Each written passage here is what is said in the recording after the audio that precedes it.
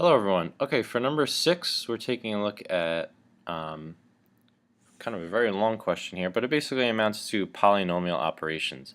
We're given two functions, c of x and r of x, and we're asked to find a third function, which is basically, like I said, an operation or a combination of the two that we're given. So we want to write this very carefully first. So we're going to begin with r of x. So I'm going to write that down below.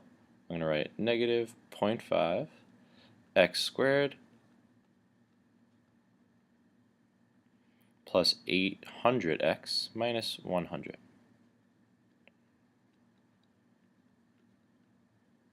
Okay, now the real trick of this question, where some people may get this wrong, we're subtracting the entire c of x function. So when I put my symbol here, I don't want to put minus and then copy down c of x as is.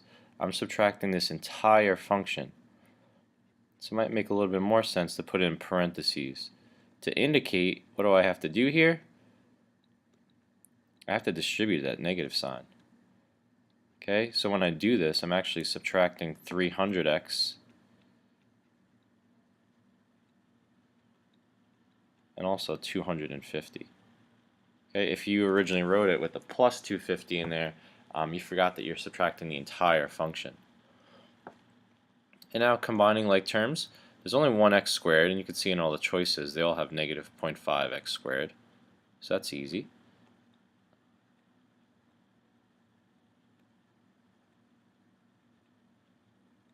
Okay, our x's. We have an 800x, we have a minus 300x, so that brings us to a grand total of 500x if we combine them. Remember, when you combine like terms, you're adding the coefficients. So in this case, we're adding 800 and negative 300 to give us 500. And lastly, we have negative 100 as a constant and negative 250 as a constant. If we combine those, negative 100 and minus 250, we're going to get negative 350.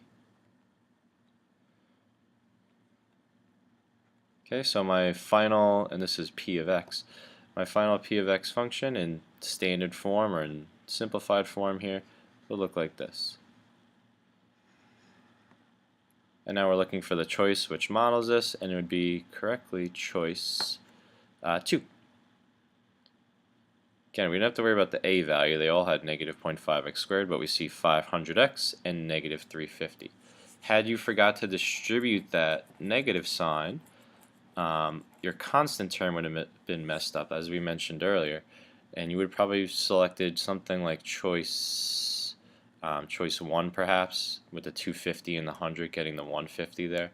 So be very careful, and remember with polynomials, always distribute the negative sign when you're subtracting an entire expression.